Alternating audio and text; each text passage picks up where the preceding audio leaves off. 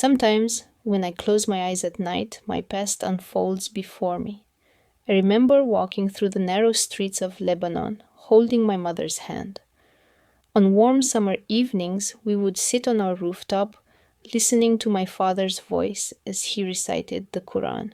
As a little girl, I believed life was simple, but as I grew older, I realized that the emotions we carry within us are far more complicated than the rules we are taught to follow.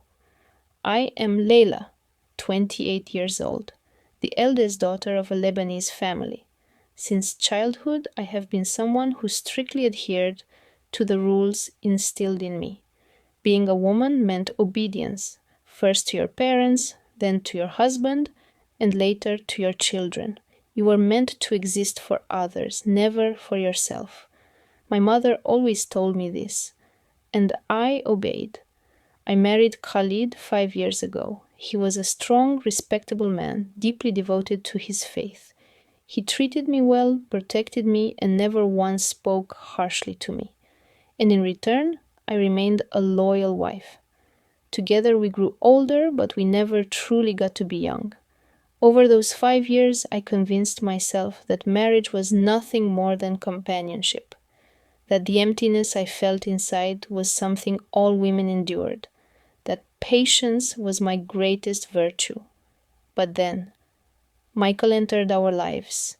Michael was Khalid's oldest friend from university. He wasn't Lebanese, he was American, tall, broad-shouldered, and confident. He and Khalid often spoke about their bond, how they were like brothers. I had met Michael a few times before, but I had never really seen him until the night Khalid invited him over for dinner. I remember it clearly.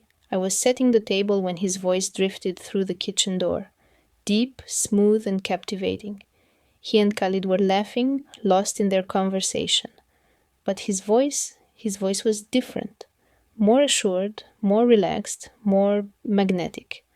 I forced myself not to notice him, reminded myself that I was Khalid's wife, his devoted partner.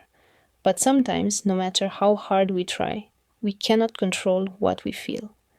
I first realized that Michael had noticed me that very evening.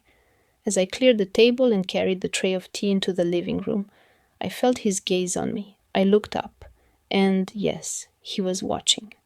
That moment sent a quiet shiver through me. I scolded myself. It was just a look. Why was I reacting this way? Later that night, Khalid turned to me and said, "Leila, thank you for the tea, but don't tire yourself. Michael and I will sit for a while longer."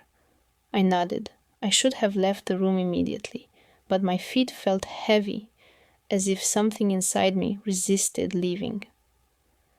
The next morning, Khalid informed me that he had to leave for a business trip.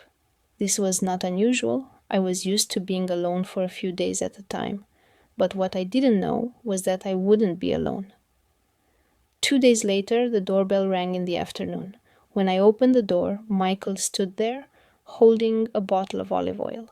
"Khalid mentioned the olive oil you use in your cooking," he said with a smile. "Thought you might like this."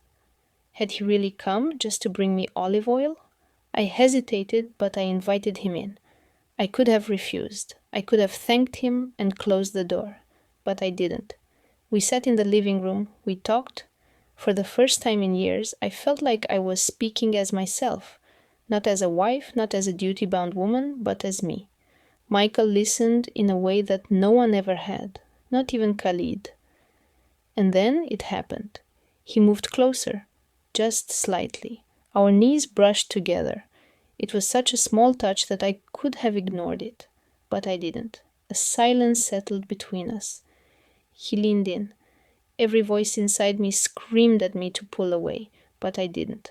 "Can I hold your hand?" he asked softly. I didn't answer, because I didn't know what my answer was. But he took my hand. His warmth spread through me. For years I had not been touched like this. Not just my hand. Something deep inside me came alive. Time stopped. I closed my eyes. At that moment, I wanted to forget everything, every rule, every teaching, every boundary. But I didn't forget. I opened my eyes and I pulled away. You should go, I whispered. Michael held my gaze for a long moment. Then he nodded slightly and walked toward the door. After he left, I collapsed onto my bed. My heart was pounding.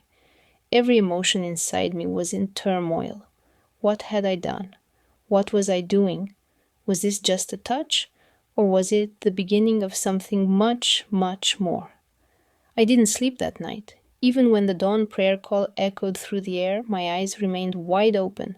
And I knew this was just the beginning, and I had no idea how it would end,